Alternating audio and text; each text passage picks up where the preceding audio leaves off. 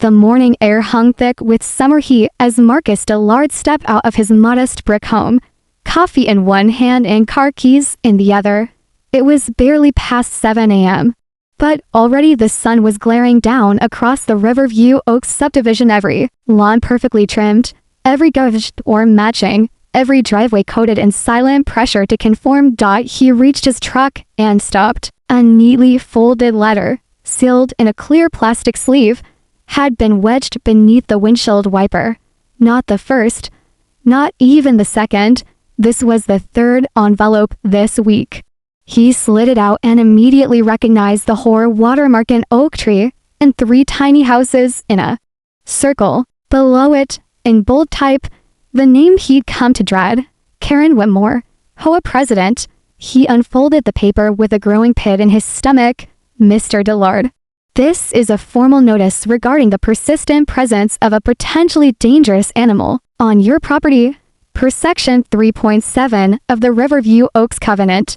Animals exhibiting signs of aggression, nuisance behavior, or posing risk to others are in violation of HOA rules.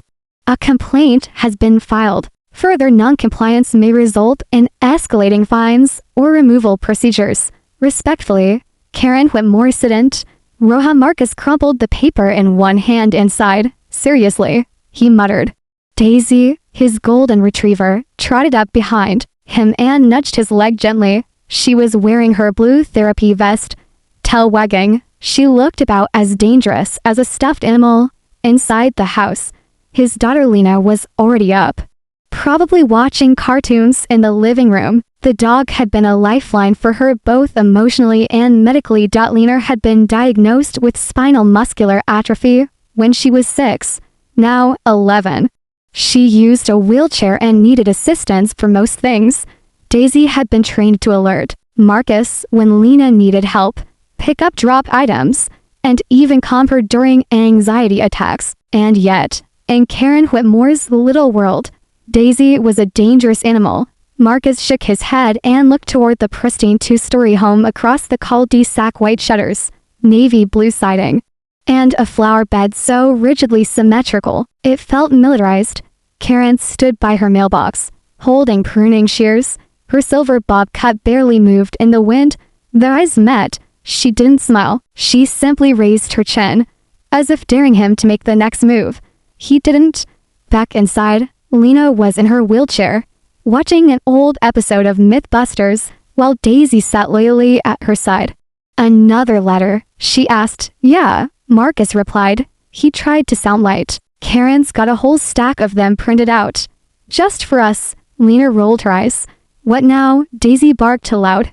Said she's a threat to the neighborhood, he said, crouching to stroke the dog's head, apparently wagging. Your tail is considered aggressive now. Lena was quiet for a moment. Then, are they gonna take her away? No way, Marcus said firmly. Over my dead body. Lena nodded, trying to act tough.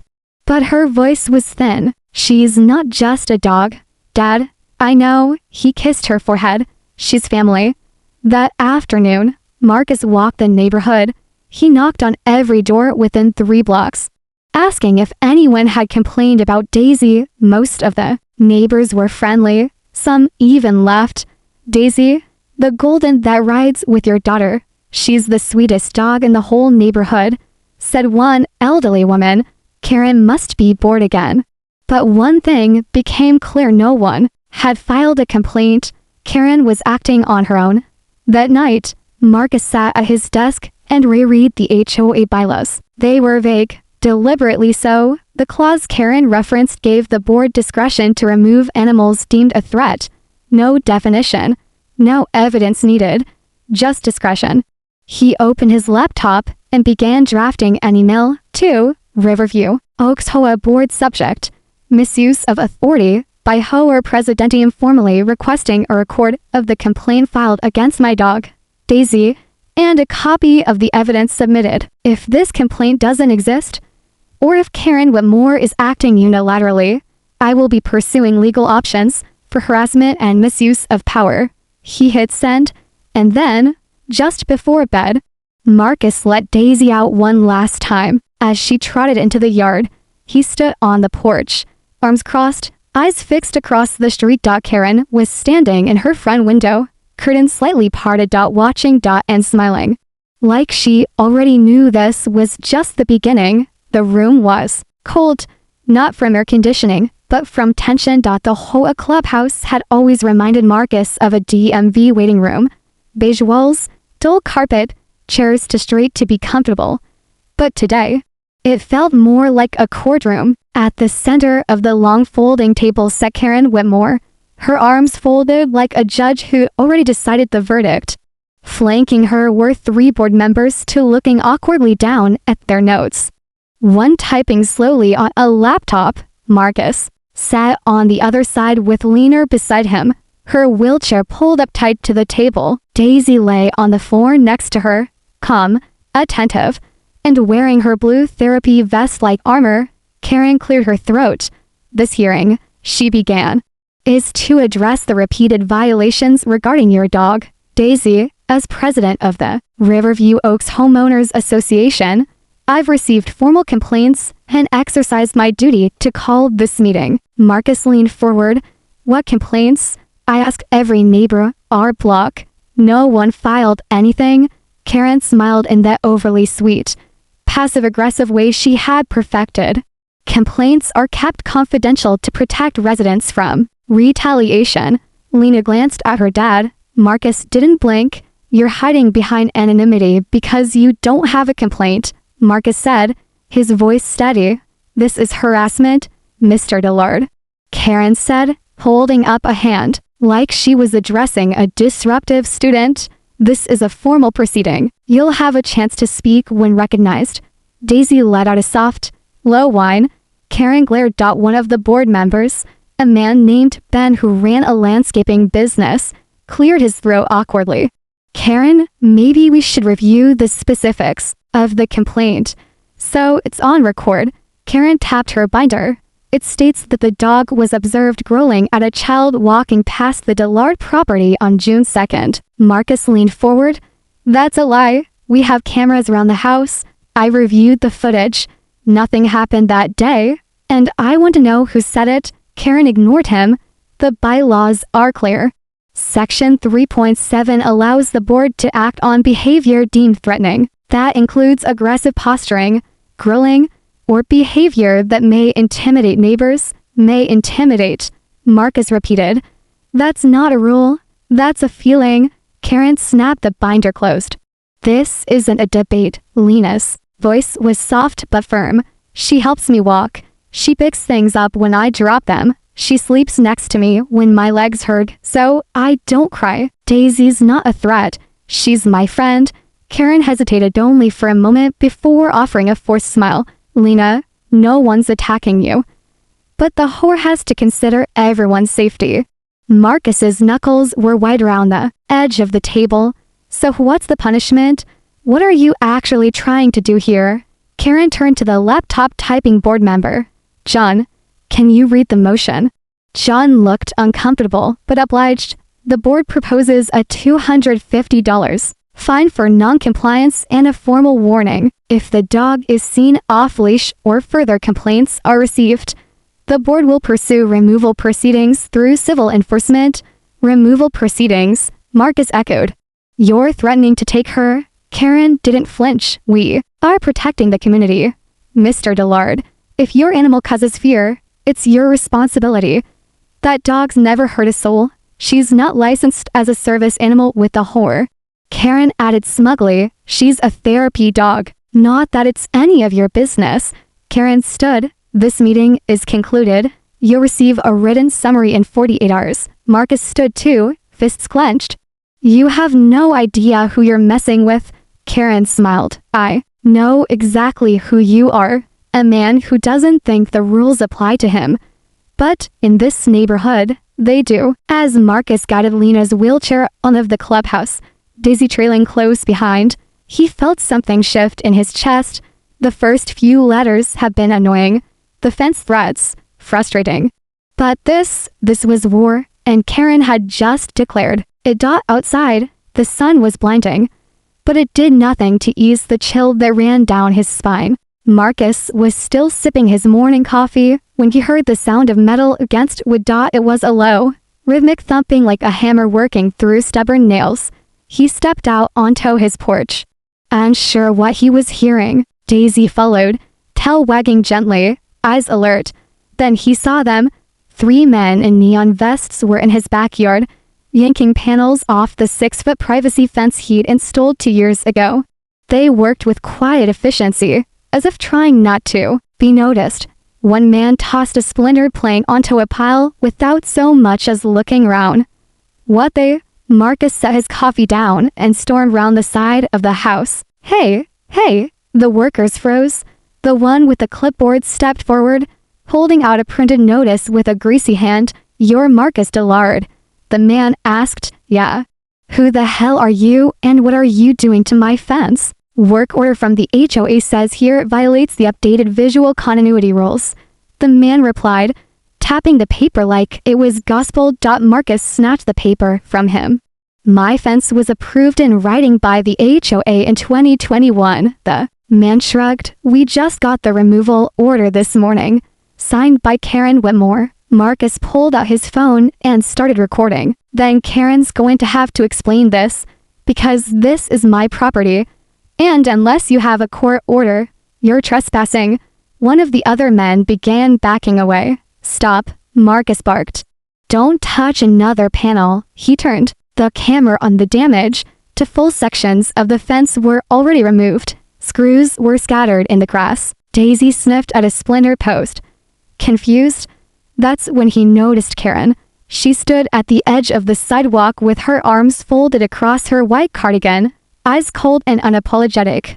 She didn't speak, just stood there, watching like she had a front row seat to something she was proud of orchestrating. Karen, Marcus shouted across the yard. You want to explain what the hell this is? She called back calmly. The updated HOA bylaws require all fencing visible from the street to be uniform in color and height. Yours exceeds the maximum height by 18 inches. It's a privacy fence. I got written permission. She smirked. Retroactive changes require compliance. You should have read the newsletter. Marcus turned the camera toward her. You're going to pay for this. Karen didn't flinch. Only if you sue. And if you do, you'll find the whore has deeper pockets than you think. That night, Marcus uploaded the footage to social media. He didn't expect much. Maybe a few angry comments, a local horror watchdog forum reply or 2. But by morning, the video had over 200,000 views. The title read, HOA President sends workers to tear down my fence without notice. While I was home, the comments poured in. This should be illegal. She's drunk on power. Classic HOA Karen. I hope you sue the hell out of them. That dog is precious. What kind of monster attacks a therapy dog's owner? By noon, local news stations were emailing him, asking for interviews. A real estate attorney offered pro bono support. Someone on Twitter even started a GoFundMe for Lena's medical expenses just in case. But that same day, Marcus came home to find his garage vandalized. Spray painted in red letters across the white aluminum was, "That neighbor." He froze. Daisy growled softly beside him. Lena, thankfully, wasn't home. She was at a physical therapy session. Marcus called the police. The responding officer, a young guy with a tired voice, looked at the footage from Marcus's security camera. It was too dark. The figure wore a hoodie, moved fast, and kept their head down. We'll file the report, the officer said, but don't expect much unless someone confesses. Any chance this is connected to the HOA president? Marcus asked. The officer hesitated. Hard to prove. You got beef with her? Marcus didn't answer. He didn't need to. After the cop left, Marcus sat in the garage, staring at the mess. The spray paint, the broken fence, the hearing all of it. Karen wasn't just enforcing rules. She was coming after him. And the scariest part, he had no idea how far she'd go. The warning came just before dawn. Marcus had fallen asleep on the couch, laptop open beside him. Still combing through horror bylaws, Daisy lay curled at his feet, occasionally twitching in her sleep. It had been 3 days since the vandalism, and no one had come forward. The HOA had gone silent, but the silence felt heavier than noise. At 5:42 a.m., Daisy stood up abruptly, ears perked. She let out a low growl and padded toward the front door. Marcus sat up, instantly alert. There was a soft thump against the front step. Not a knock. Something dropped. Then quick footsteps on gravel. He raced to the door and yanked it open just in time to see a figure in a dark hoodie sprinting down the street toward a parked pickup truck. The engine revved, tires screeched, and the truck peeled off into the cul-de-sac shadows. Marcus turned back and saw it, a plastic sandwich bag lying neatly on the doormat. Inside was a printed photo, grainy, likely taken from a phone. It showed Lena sitting on the porch 2 days ago, in her wheelchair, Daisy lying at her feet. A red marker had circled Lena's head. Beneath the image, a message was typed in bold block letters. "Keep your mutt off the grass, or someone will." Marcus stood frozen, heart pounding. His first instinct was rage. The second was terror. He checked on Lena, still asleep, her breathing soft and steady. Then he turned to Daisy, who was sniffing the bag cautiously. "Good girl," Marcus whispered, his voice tight. "You know, he called the police immediately." This time, the officer who responded took the threat more seriously. The photo, the language, the break of dawn delivery, it wasn't just vandalism, it was intimidation. But still, without a clear suspect, there was little they could do. No fingerprints, probably gloves. The officer said, "Keep your cameras rolling and call us if anything else happens." Anything else like this was normal. That night, Marcus reinforced every door and window. He installed more security cameras, one on the porch, one aimed at the side yard. He even set up a motion-sensitive light near the back fence. By 2 a.m., the house was quiet again. Then the alarm pinged. His phone vibrated with a motion alert from the backyard camera. He pulled it up instantly. The footage showed a figure hopping the fence again, hooded, gloved, careful. In one hand, a plastic shopping bag. The figure crouched near the side gate, reached into the bag, and pulled out a handful of raw meat. The person tossed it into the grass near Daisy's usual spot. Then they vanished over the fence. Marcus grabbed a flashlight and rushed out barefoot. Daisy was already barking furiously. The meat lay in a slimy pile near the flower bed. It smelled off-chemical. Marcus took a sample, sealed it in a Ziploc, and bagged the rest. He brought it inside and called the police again. "This is attempted poisoning," he told the dispatcher. "You have to take this seriously." They did. An officer came out with gloves and bagged the evidence. Daisy, thankfully, hadn't touched it. "Could be antifreeze," the officer said, sniffing the edge of the bag. "Or tranquilizers. We'll send it to the lab." Marcus didn't sleep after that. He sat by the window, shotgun across his lap, Daisy beside him. By sunrise, the fear had shifted into something else, resolve.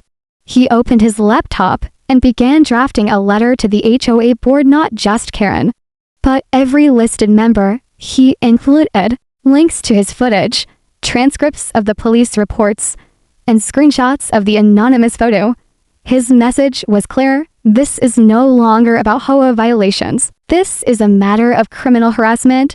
If the board refuses to act, I will hold every one of you accountable. Starting with your president. By noon, the email was sent. 20 minutes later, 2 board members responded, but said the same thing. "We had no idea this was happening. We need to talk."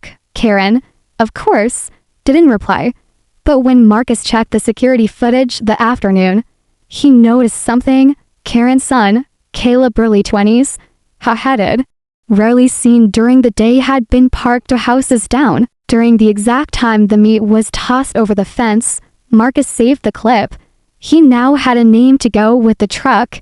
The battle lines were no longer drawn over fences or dogs. Now, it was about safety, family, survival, and Marcus wasn't going to wait for the next threat. He was going to bring the fight to Karen's front door. Marcus didn't want to go. Not after the threats. Not after the bag of poisoned meat. And definitely not after catching Karen's son's truck on camera loitering near his fence at 2 in the morning. But Lena had begged, "It's just fireworks." She said, "Please, Dad, we always go." So, against his better judgment, Marcus packed folding chairs, snacks, and a few water bottles, and wheeled Lena down to the neighborhood green. Daisy walked faithfully beside them, her vest freshly brushed and tags gleaming. The 4th of July celebration at Riverview Oaks was the one event where everyone came out. There were food trucks, folding tents, kids with glow sticks, and bored teenagers tossing firecrackers near storm drains. Fireworks weren't legal in city limits, but no one cared tonight, not even the HOA, which made it even more surprising when Karen showed up. She wore her trademark white cardigan over a crisp red blouse, hair ironed into helmet perfection, lips bright with cherry lipstick, and when she walked onto the green, people drifted. Some waved, others turned away. Karen saw Marcus and beelined toward him like it was her duty. "Evening," she said coldly, eyeing Daisy like she was a bum. "Karen," Marcus replied without standing. Lena looked up, immediately uneasy. Daisy shifted closer to her. "She shouldn't be here," Karen said. "She's a licensed therapy dog." Marcus shot back. "And this is a public event." Karen crouched slightly to look Lena in the eye. "Sweetheart, I'm sure Daisy's very special to you, but loud noises can make dogs do dangerous things. You don't want anyone to get hurt, do you?" Lena recalled slightly in her chair. Marcus stood. "Back off. She's not your concern." Karen straightened and gave a practiced smile. "Fine.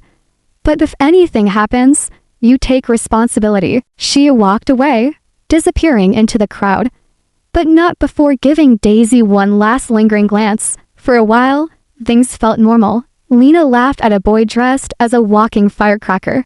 Daisy rested by her feet. The fireworks began bright, bursts of red, green, and gold lighting up the night sky. Then it happened, a sudden scream. "Oh my God, that dog bit me." Everyone turned. Karen was on the ground, clutching her leg and wailing. Her white cardigan was stained with grass. She pointed toward Daisy, who stood several feet away. Leash firmly in Marcus's hand. "She attacked me," Karen cried. "She lunged at me and bit me." Marcus froze.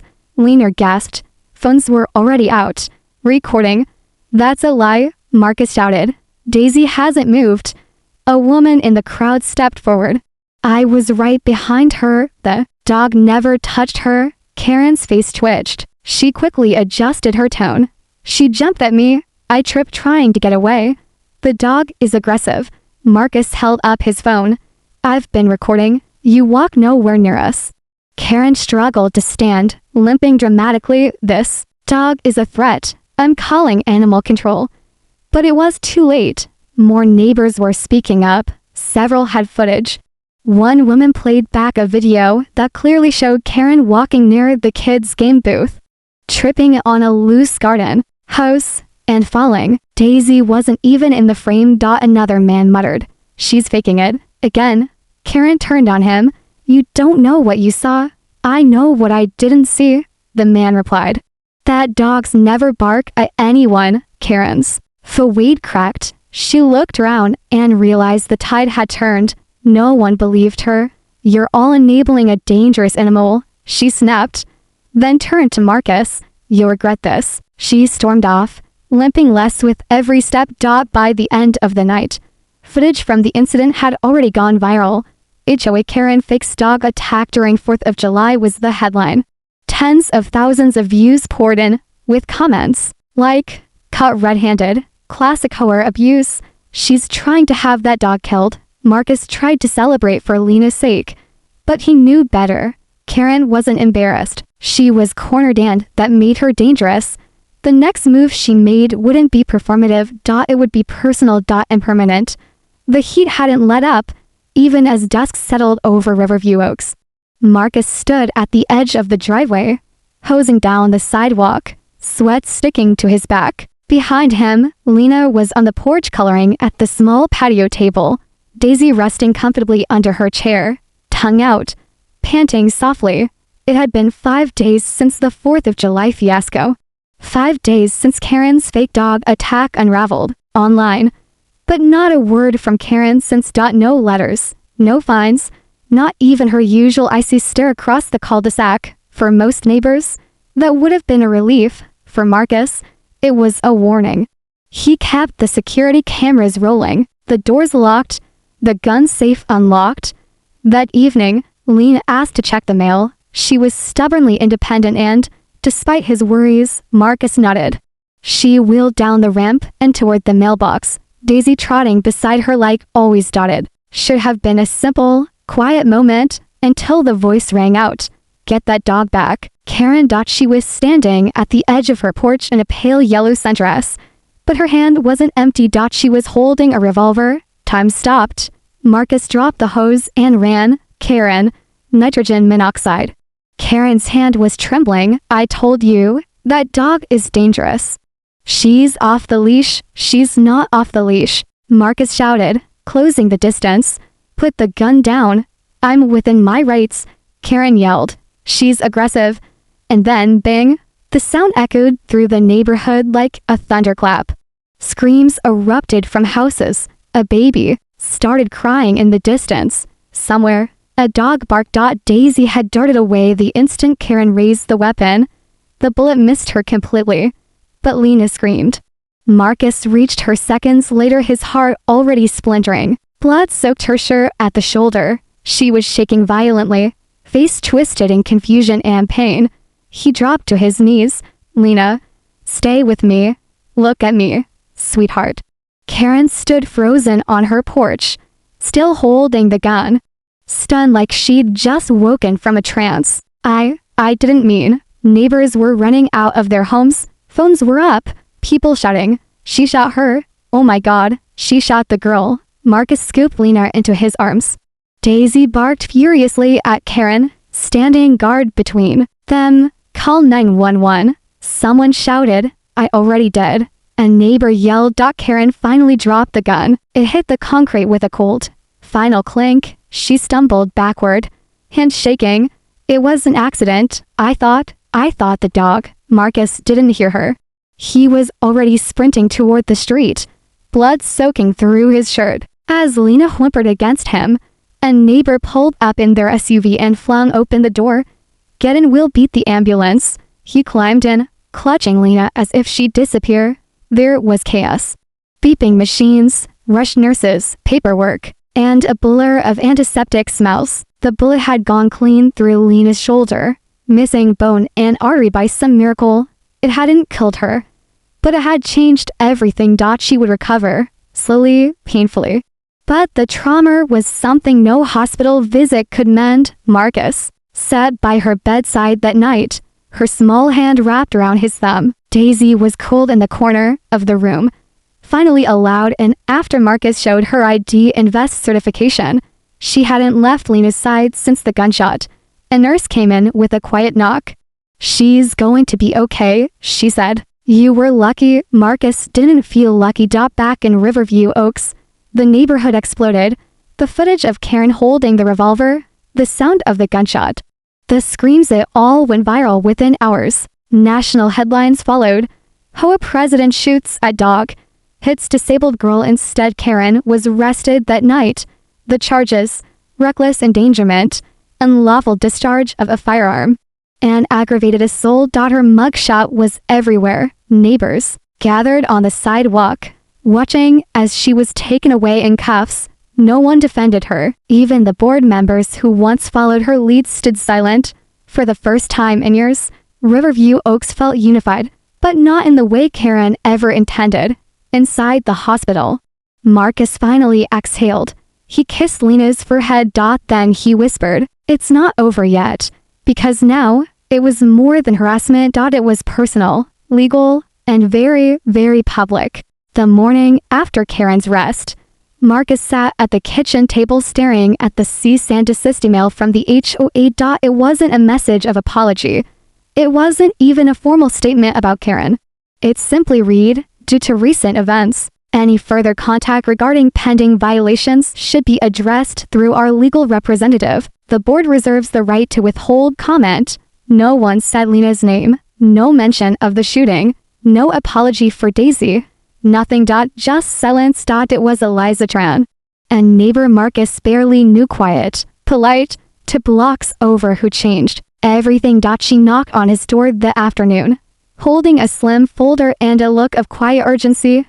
I know now's not a good time, she said softly, but I think you need to see this.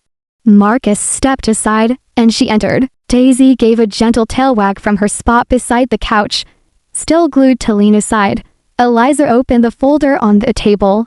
Inside, copies of digital proxy ballots, a screenshot of an email chain, and a printed HOA roster dated 3 months ago. What is this? Marcus asked. Eliza leaned in. I was elected HOA president in April. Marcus blinked. What? There was a vote, she said, flipping to the ballot summary. Karen was supposed to step down after her term ended, but she never announced the election results. She claimed she won again. I only found out she suppressed the proxy votes when I checked the system 2 weeks ago. Marcus stared at her. So Karen hasn't even been the HOA president for months. No, Eliza said.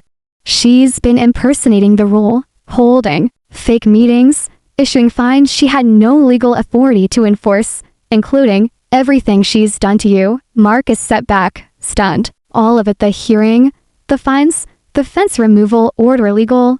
Eliza continued. When I confronted her 2 weeks ago, she told me I must be confused. Said the ballots weren't valid because of a technical glitch. But I talked to the HOA software provider. There was no glitch. Marcus's jaw clenched.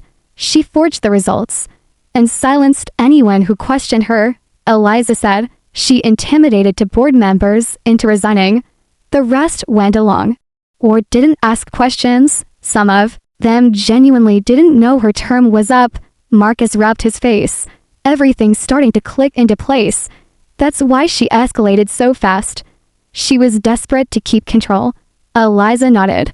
And then she pulled a gun. The next day, Marcus met with his lawyer. With Eliz's documents in hand, the case exploded into something even bigger. Karen wasn't just facing criminal charges for the shooting. She was now under investigation for fraud, misrepresentation, unauthorized property damage, and civil rights violations tied to Lena's disability and Daisy's therapy certification. News outlets doubled down. Former HOA president impersonated authority for months before shooting child therapy doc targeted in HOA scheme. Family speaks out. Marcus gave his first interview on the courthouse steps. She tore down our fence. She tried to poison our dog. She framed us. And then she fired a bullet that nearly killed my daughter, he said to the cameras. And the worst part, she wasn't even president anymore. She just decided the rules didn't apply to her, and no one stopped her. The footage aired across the country. HOA boards nationwide began scrambling to check their leadership structures. Behind the scenes, Eliza quietly took back control of Riverview Oaks. She suspended all enforcement actions Karen had issued. She emailed a neighborhood-wide apology. I can undo what she did, Eliza wrote, but I will make sure it never happens again. In the hospital, Lena was improving. The bandages came off her shoulder. The physical therapy started. Her pain faded a little more each day. But what didn't fade was her fear. Loud noises made her flinch. She refused to go near the sidewalk. Alone, one night, Marcus found her sitting in bed with Daisy's head in her lap. Daddy, she said, I thought we were safe here. He didn't lie to her. We weren't, he said softly. But we will be, and he meant it. Because justice wasn't just about punishment now. It was about making sure no one else could do what Karen did ever again. 6 months later, the courthouse smelled of old varnish and something sterile. Marcus sat on the edge of the bench in courtroom 3B. Lena beside him in her wheelchair. Daisy curled at her feet in her vest. The courtroom was half full. Neighbors, journalists, and even a few former HOA board members packed into the wooden pews, waiting for the verdict. Karen sat across the aisle at the defense table. No cardigan today, just a gray blazer, lips pale. Hair no longer ironed into its signature steel helmet. Her once carefully curated image had crumbled under the weight of depositions, mugshots, and a mounting list of criminal and civil charges, the room fell silent as the jury foreman stood. In the matter of People v. Karen Whitmore, we find the defendant, he paused, flipping the page for effect, guilty on all counts. A gasp swept the room. Karen slumped in her chair. Her attorney stared forward, jaw clenched. Marcus exhaled for the first time in weeks.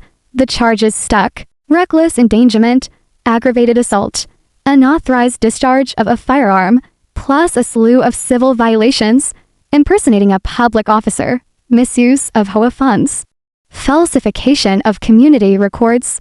The judge sentenced her to 3 years in county jail, with mandatory psychiatric evaluation and a restraining order keeping her 1,000 feet from the Dillard family. It wasn't the harshest sentence, but it was enough to make her pay.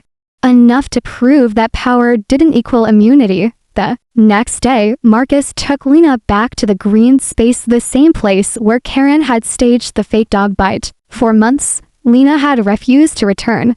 But today was different, because today, Riverview Oaks had gathered to unveil something special. A small bronze plaque had been installed beneath the big oak near the playground. Flowers lined the base. Children played in the background, the sounds of laughter returning to a place once tainted by fear. The plaque read, "In honor of Lena Dillard and Daisy for bravery in the face of injustice, Riverview Oaks thanks you." You, neighbors applauded. Some wiped away tears. Daisy barked once proudly, then sat beside Lena as if she understood every word.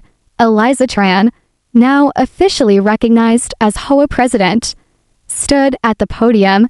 "We failed you," she said to Marcus and Lena, her voice thick with emotion. This community stood silent while one person misused her power and hurt the people she was supposed to protect.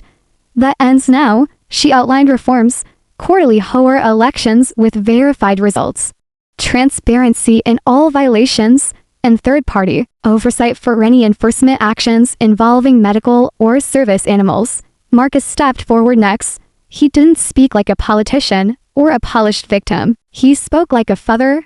This neighborhood became a battleground, he said, not because of rules, but because of ego, because someone wanted control more than they wanted community. My daughter nearly died. My dog was nearly taken. But we stood up, and you all stood with us. He looked at Lena. We made it through, not just because of cameras or lawyers, but because the truth doesn't bend forever. Eventually, it breaks free. Later that evening, the family sat on their front porch as the sun dipped below the horizon. Lena leaned against Marcus's side. Daisy lay in the grass, blinking. Leslie, finally at peace. "Do you think she'll come back someday?" Lena asked quietly. "Maybe," Marcus said, "but she won't come back here." Lena nodded slowly. "I hope her new neighbors have cameras." Marcus chuckled. The sound finally lied again. "I hope they have good fences." Daisy sneezed, wagged her tail, then cooled back up for the first time in a long time. The porch felt like home again, not a watchtower, not a fortress, just home. The sky was quiet, no shouts, no false accusations, just the soft rustle of leaves and the sound of their hearts, finally allowed to rest. The fight was over, and they'd won, not just in court, but in every way that mattered.